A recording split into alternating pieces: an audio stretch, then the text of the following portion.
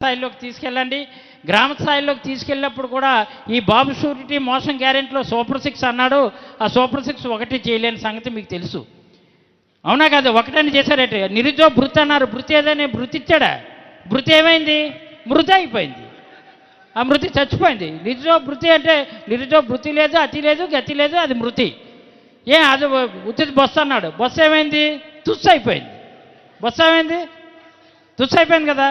అందుకని ఏంటంటే ఏ ఒక్క కార్యక్రమం కూడా ఒక్కటి కూడా చేయలేదు. అన్నదాత సుఖీభావ అన్నారు. ఒకటని ఇచ్చారు. ఎవరికైనా ఏ రైతుకైనా డబ్బులు వచ్చేయండి. అన్నదాత అది అనాథదాత అయిపోయింది. ఏదిరా అంటే అనాథదాత అయిపోయింది అని చెప్తున్నాడు. ఎంతో ఘోరం చూడండి. నేనేమో ఆ లోకేష్ను చంద్రబాబు స్కూల్లోకి వెళ్ళి అక్కడ కూర్చుంటే ఎవరన్నా అడిగి నువ్వు ఏటవుతావు అంటే మా నాన్న ఐఏఎస్ కలెక్టర్ అవునా అని లోకేష్ చెప్తున్నాడు. అక్కడ ఐఏఎస్ కలెక్టర్ ఉన్నట్టు ముఖ్యమంత్రి గట్ట ఐఏఎస్ కలెక్టర్ అయిపోయినట్టు. ఎన్ని అబద్ధాలు, ఇలాంటి అబద్ధాలు ఇంటర్వ్యూకి వెళ్తే అక్కడ కూడా అబద్ధమే చెప్పేసినావు. నిజంగానే ఏ ఇంటర్వ్యూకైనా వెళ్తే అంచేత అబద్ధాలు ఆడే చంద్రబాబును మాత్రం ఎట్టి పరిస్థితులు నమ్మకూడదని ప్రజలు ఒక కంక్లూజన్కి వచ్చారు. అంచేత ఎట్టి పరిస్థితుల్లో కూడా బ్రహ్మాండమైన నాయకత్వం మీకు దొరికింది. సూపర్ 6 అనే కార్యక్రమంలో ఒక్క కార్యక్రమం కూడా ఒకటి చేయలేదు. 18 సంవత్సరాలు దాటిన వాళ్ళందరికీ కూడా 1500 రూపాయలు నెల ఇస్తా అన్నారు. ఏమయ్యా ఎందుకు ఇవ్వలేదు అంటే నేను అధికారంలోకి వచ్చాక ఎవరికి 18 సంవత్సరాలు నిండలేదని చెప్తున్నాడు.